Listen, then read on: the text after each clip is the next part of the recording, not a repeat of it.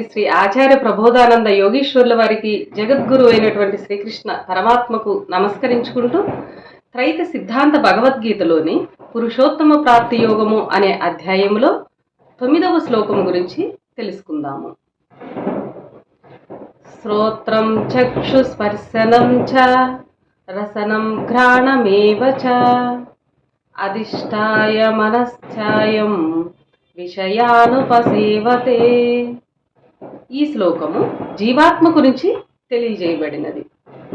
భావము: చెవులు, కన్నులు, చర్మము, నాలుక, ముక్కు అను జ్ఞానేంద్రియములను మరియు మనస్సును అధిష్ఠించి వాటి విషయములను అనుభవిస్తూ జీవాత్మ శరీరమందున్నాడు. వివరము: శరీరము లోపల ఎక్కడో గుణచక్రములో 3 భాగముల్లోని ఏదో ఒక భాగములో నివాసమున్న జీవుడు నిజముగా అంధుడే. అప్పుడే పుట్టిన కన్నులు తెరవని కుక్కపిల్ల తన వద్దకు వచ్చిన వాటిని మాత్రము వాసనచే తెలుసుకొనుచుండును, కానీ నిజముగా చూడలేదు. అట్లే మనస్సు వలన తన వద్దకు వచ్చిన విషయములను మాత్రము బుద్ధిచే జీవుడు తెలుసుకొనుచున్నాడు. మనస్సు శరీరమునకు బాహ్యమునుగా ఉన్న కన్ను, చెవి, ముక్కు, చర్మము, నాలుక అను ప్రత్యేక శక్తులు గల 5 ఇంద్రియముల నుండి చూపు, వినికిడి, వాసన, స్పర్శ, రుచి అను 5 అనుభూతులను గ్రహించి లోపలనున్న బుద్ధికి జీవునికి తెలియచేయును. బుద్ధి అందించు వివరముతో సహా జీవుడు వచ్చిన అనుభూతులను స్వయముగా అనుభవించుచుండును. అనుభూతులను జీవుడు అనుభవించినప్పటికీ వాటి వివరము బుద్ధి ద్వారానే బయటికి చెప్పబడును. జీవుడొక గుడ్డివాడు, మోగవాడు, చెవిటి వానితో సమానమని చెప్పవచ్చును.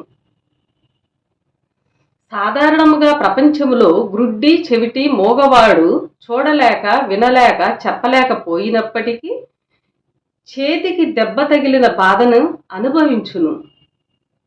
కానీ బాధల గురించి బయటికి చెప్పలేడు. అట్లే జీవుడు స్వయముగా వినలేక, చూడలేక, చెప్పలేకపోయినప్పటికీ బాధలు అనుభవించుచుండును. అట్లే సుఖములు అనుభవించుచుండును. అనుభవించిన వాటి వివరము పక్కనే జీవునికి దగ్గరగా ఉన్న బుద్ధి వివరించి చెప్పుచుండును. బుద్ధి వివరించి తెలియచేస్తే కానీ అనుభవించిన అనుభవముల వివరము జీవునికి తెలియదు. బుద్ధి లేకపోతే జీవాత్మ స్తబ్దునిగా అనుభవించవలసిందే తప్ప అనుభవించిన దాన్ని గురించి కూడా చెప్పలేడు. ఒక్కొక్క శరీరంలో ఒక్కొక్క జీవాత్మ దానికి దగ్గరగా బుద్ధిని ఏర్పాటు చేసి పెట్టబడి ఉన్నది. ప్రతి శరీరంలో ఉన్న జీవాత్మ ఒకే పరమాత్మ అంశ అయినప్పటికీ వాటి వాటి బుద్ధిని బట్టి వాటిలో అనేక తేడాలు కనిపిస్తున్నవి. అలా కనిపించినవి ఆ జీవాత్మల బుద్ధి భేదము తప్ప ఆ జీవాత్మల బుద్ధి భేదమే తప్ప మరి వేరు కాదని తెలియాలి. ఉదాహరణకు ఒకే పదార్థమును నలుగురు కొద్ది కొద్ది తేడాలతో 4 విధములుగా చెప్పుచుందురు. బెల్లమునిచ్చి రుచి చెప్పమనిన ఒక్కడు కొద్దిగా పులుపు కలిసిందనో, మరొకడు తీపి తక్కువైందనో, 3వ వాడు చాలా తీయగా ఉన్నదనో, 4వ వాడు వీరికంటే విభిన్నముగానో చెప్పును.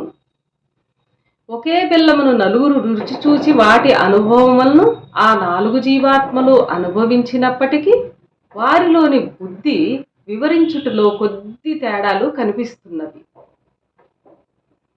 దీనిని బట్టి ఒక్కొక్క జీవునికి ఒక్కొక్క రకమైన బుద్ధి కలదని కూడా తెలియచున్నది. అందువలనే పూర్వము పెద్దలు తలకొక బుద్ధి అని అన్నారు. మనం ఇంకా వివరముగా యోచించినట్లయితే మన అనుభవములో ఒకరిని మందబుద్ధి అని అనటము, మరొకరిని పదునైన బుద్ధి అనటము కూడా జరుగుతున్నది కదా.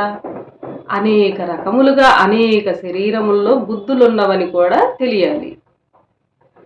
వారి వారి బుద్ధిని బట్టి ఆయా జీవాత్మల వివరము తెలుసుకుంటున్నవని, నిజముగా జీవాత్మ కర్మ బంధము చేత అనుభవములను అనుభవించువాడేనని, తనకు ఏ వివరము తెలియని శుద్ధాత్మయేనని తెలియాలి.